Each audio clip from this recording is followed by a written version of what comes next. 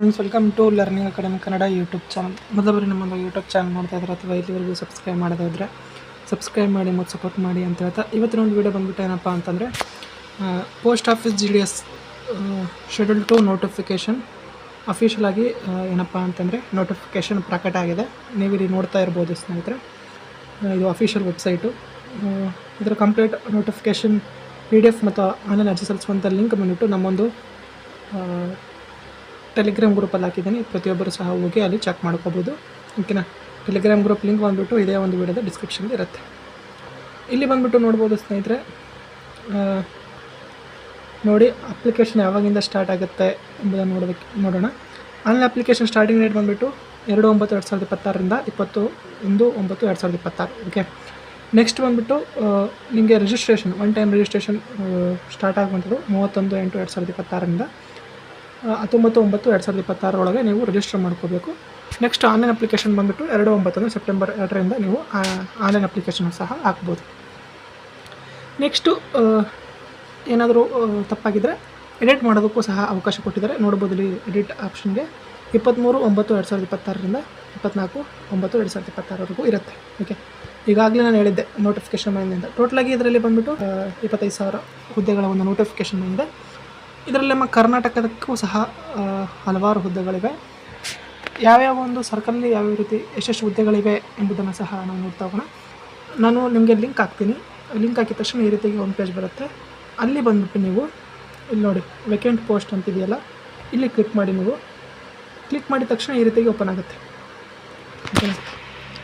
ಈ ರೀತಿಯಾಗಿ ಓಪನ್ ಆಗುತ್ತೆ. ಇಲ್ಲಿ ನೀವು ಸೆಲೆಕ್ಟ್ ಸರ್ಕಲ್ ಅಂತಿದೆ ನೋಡಿ. ಇಲ್ಲಿ ಬಂದುಬಿಟ್ಟು ನೀವು ಕರ್ನಾಟಕವನ್ನು, ನಮ್ಮ ಕರ್ನಾಟಕದಲ್ಲಿ ಎಷ್ಟು ವೇಕೆನ್ಸಿ ಇವೆ ಅಂತೇಳಿ ಗೊತ್ತಾಗಲ್ಲ, ಕರ್ನಾಟಕ ಸರ್ಕಲ್ ಮಾಡೋಣ. ನೆಕ್ಸ್ಟು ಸೆಲೆಕ್ಟ್ ಡಿವಿಷನ್ ಬಂದುಬಿಟ್ಟು ಇಲ್ಲಿ ಸೆಲೆಕ್ಟ್ ಡಿವಿಷನ್ ಬಂದುಬಿಟ್ಟು ನೀವು ಯಾವ ಡಿವಿಷನ್ಗೆ ಅರ್ಜಿ ಸಲ್ಲಿಸಬೇಕು ಅಂದ್ಕೊಳ್ತಿರ್ತೀರೋ ಆ ಒಂದು ಡಿವಿಷನ್ನ ಸೆಲೆಕ್ಟ್ ಮಾಡಬೇಕು. ನೀವು ಯಾವುದು ಬಾಗಲಕೋಟೆ, ಬಳ್ಳಾರಿ, ಬೆಳಗಾವಿ ಈ ರೀತಿಯಾಗಿ ಹಲವಾರು ಒಂದು ಡಿವಿಷನ್ಗಳಿದೆ, ನೀವು ನೋಡ್ಬೋದು. ನಾವಿಲ್ಲೀಗ ಪ್ರತಿಯೊಂದು ಡಿವಿಷನ್ನು ನೋಡ್ತಾ ಹೋಗೋಣ. ಇಲ್ಲಿ ಬಂದುಬಿಟ್ಟು ಟೋಟಲಾಗಿ ಬಾಗಲಕೋಟೆ ಡಿವಿಷನಲ್ಲಿ ಬಂದುಬಿಟ್ಟು ಟೋಟಲಾಗಿ ಎಷ್ಟಪ್ಪ ಅಂದರೆ 16 ಹುದ್ದೆಗಳಿವೆ. ಓಕೆ. ಡೀಟೇಲಾಗಿ ನೋಡ್ಕೊಳ್ಳಿ ಮತ್ತು ಆಮೇಲೆ ನೀವು. ನೆಕ್ಸ್ಟು ಬಳ್ಳಾರಿಯಲ್ಲಿ 34 ಹುದ್ದೆಗಳಿವೆ. ಅದೇ ರೀತಿಯಾಗಿ ಬೆಂಗಳೂರು ಈಸ್ಟ್ ಅಲ್ಲಿ 53 ಹುದ್ದೆಗಳಿವೆ. ಅದೇ ರೀತಿಯಾಗಿ ಬೆಂಗಳೂರು CPOದಲ್ಲಿ ಇಲ್ಲಿಯೂ ಸಹ 53 ಹುದ್ದೆಗಳು ಇವೆ ಸ್ನೇಹಿತರೆ. ಓಕೆನಾ. ನೆಕ್ಸ್ಟ್ ಬಂದುಬಿಟ್ಟು 4 ಹುದ್ದೆಗಳಿವೆ ಬೆಂಗಳೂರು ಶಾರ್ಟಿಂಗ್ ಡಿವಿಷನಲ್ಲಿ. ನೆಕ್ಸ್ಟು ಬೆಂಗಳೂರು ಸೌತ್ ಡಿವಿಷನಲ್ಲಿ 49 ಹುದ್ದೆಗಳಿವೆ.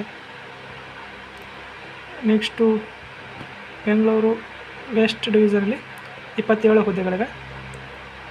ಅದೇ ರೀತಿಯಾಗಿ ಬೀದರಲ್ಲಿ 27 ಹುದ್ದೆಗಳು. ಅದೇ ರೀತಿಯಾಗಿ ಚನ್ನಪಟ್ಟಣದಲ್ಲಿ 11 ಹುದ್ದೆಗಳಿವೆ. ನೆಕ್ಸ್ಟು ಚಿಕ್ಕಮಗಳೂರು ಬಂದುಬಿಟ್ಟು 11 ಹುದ್ದೆ. ಅದೇ ರೀತಿಯಾಗಿ ಚಿಕ್ಕೋಡಿಯಲ್ಲಿ 49 ಹುದ್ದೆಗಳಿವೆ. ಚಿತ್ರದುರ್ಗದಲ್ಲಿ 16 ಹುದ್ದೆಗಳಿವೆ. ದಾವಣಗೆರೆಯಲ್ಲಿ 19 ಹುದ್ದೆ. ಧಾರವಾಡದಲ್ಲಿ 19. ಮತ್ತು ಗದಗ ಡಿವಿಷನಲ್ಲಿ 16. ಗೋಕಾಕ್ ಡಿವಿಷನಲ್ಲಿ 9. ಹಾಸನ ಡಿವಿಷನಲ್ಲಿ 47 ಹುದ್ದೆಗಳು. ಮತ್ತು ಹಾವೇರಿ ಡಿವಿಷನಲ್ಲಿ 17. ನೆಕ್ಸ್ಟು ಕಲಬುರಗಿ ಡಿವಿಷನಲ್ಲಿ 20. ಕಾರವಾರ ಡಿವಿಷನಲ್ಲಿ 43. ಕೊಡಗುನಲ್ಲಿ 46 ಹುದ್ದೆಗಳಿವೆ ಕೊಡಗು ಡಿವಿಷನಲ್ಲಿ. ನೆಕ್ಸ್ಟ್ ಬಂದುಬಿಟ್ಟು ಕೋಲಾರ ಡಿವಿಷನಲ್ಲಿ 46. ನೆಕ್ಸ್ಟು ಕೊಪ್ಪಳ ಡಿವಿಷನಲ್ಲಿ 51 ಹುದ್ದೆಗಳಿವೆ. ನೆಕ್ಸ್ಟು ಮಂಗಳೂರು ಡಿವಿಷನಲ್ಲಿ 28. ಮಂಡ್ಯ ಡಿವಿಷನಲ್ಲಿ 42. ನೆಕ್ಸ್ಟು ಮೈಸೂರು ಡಿವಿಷನಲ್ಲಿ 26 ಹುದ್ದೆಗಳು. ನೆಕ್ಸ್ಟು ನಂಜನಗೂಡು ಡಿವಿಷನಲ್ಲಿ 26. ಪುತ್ತೂರು ಡಿವಿಷನಲ್ಲಿ 56. ನೆಕ್ಸ್ಟು ರಾಯಚೂರು ಡಿವಿಷನಲ್ಲಿ 27 ಹುದ್ದೆಗಳು. ಅದೇ ರೀತಿಯಾಗಿ RMS ಇದರಲ್ಲಿ ಟೋಟಲಾಗಿ ಬಂದುಬಿಟ್ಟು 1 ಹುದ್ದೆ ಮಾತ್ರ ಇದೆ ಸ್ನೇಹಿತರೆ. ಓಕೆ. RMS Q ಡಿವಿಷನಲ್ಲಿ 4 ಹುದ್ದೆಗಳಿವೆ. ನೆಕ್ಸ್ಟ್ ಬಂದ್ಬಿಟ್ಟು ಶಿವಮೊಗ್ಗದಲ್ಲಿ 55 ಹುದ್ದೆಗಳಿವೆ.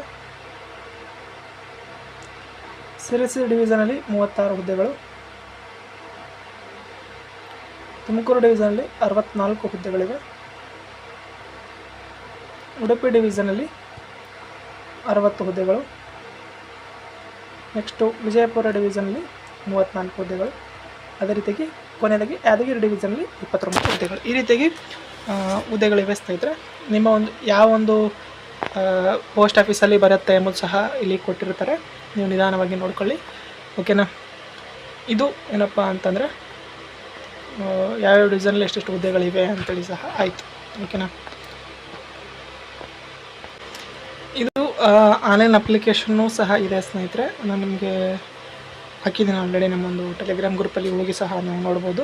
ಓಕೆನಾ. ಇದು ಇವತ್ತಿನ ವಿಡಿಯೋ ಆಗಿತ್ತು. ಮತ್ತು ಇದಕ್ಕೇನಪ್ಪ ಅಂದರೆ ಕ್ವಾಲಿಫಿಕೇಷನು ಕೇವಲ 10th ಪಾಸ್ ಆದಂಥ ಅಭ್ಯರ್ಥಿಗಳು ಅರ್ಜಿ ಸಲ್ಲಿಸ್ಬೋದು. ಮತ್ತು ಯಾವುದೇ ರೀತಿಯಾದಂಥ ಎಕ್ಸಾಮ್ ಸಹ ಇರಲ್ಲ ಸ್ನೇಹಿತರೆ. ಡೈರೆಕ್ಟ್ ನಿಮ್ಮ SLC ಅಂಕಗಳಾಧಾರದ ಮೇಲೆ ನಿಮ್ಮನ್ನು ಏನು ಮಾಡ್ತಾರೆ ಅಂದರೆ ಸೆಲೆಕ್ಟ್ ಮಾಡ್ತಾರೆ. ಮೇಲು ಫೀಮೇಲ್ ಇಬ್ಬರು ಸಹ ಅರ್ಜಿ ಸಲ್ಲಿಸ್ಬೋದು. ಇಂಟ್ರೆಸ್ಟ್ ಇದ್ದ ಕ್ಯಾಂಡಿಡೇಟು ಪ್ರತಿಯೊಬ್ಬರು ಸಹ ಅರ್ಜಿಯನ್ನು ಸಲ್ಲಿಸ್ರಿ. ಓಕೆನಾ. ನೋಡ್ಬೋದು ಆನ್ಲೈನ್ ಅಪ್ಲಿಕೇಶನ್, ನೋಡಿ ಅಫಿಷಿಯಲ್ ನೋಟಿಫಿಕೇಷನ್ ಸಹ ಇದೆ. ಓಕೆನಾ. ಇದು ಇವತ್ತಿನ ವಿಡಿಯೋ ಆಗಿತ್ತು ಸ್ನೇಹಿತರೆ. ವಿಡಿಯೋ ಇಷ್ಟ ಲೈಕ್ ಮಾಡಿ, ಶೇರ್ ಮಾಡಿ ಮತ್ತು ತಪ್ಪದೆ ಸಬ್ಸ್ಕ್ರೈಬ್ ಮಾಡಿ ಅಂತ ಹೇಳ್ತಾ ವಿಡಿಯೋ ಇಷ್ಟ ಆಗಿದೆ. Thanks for watching.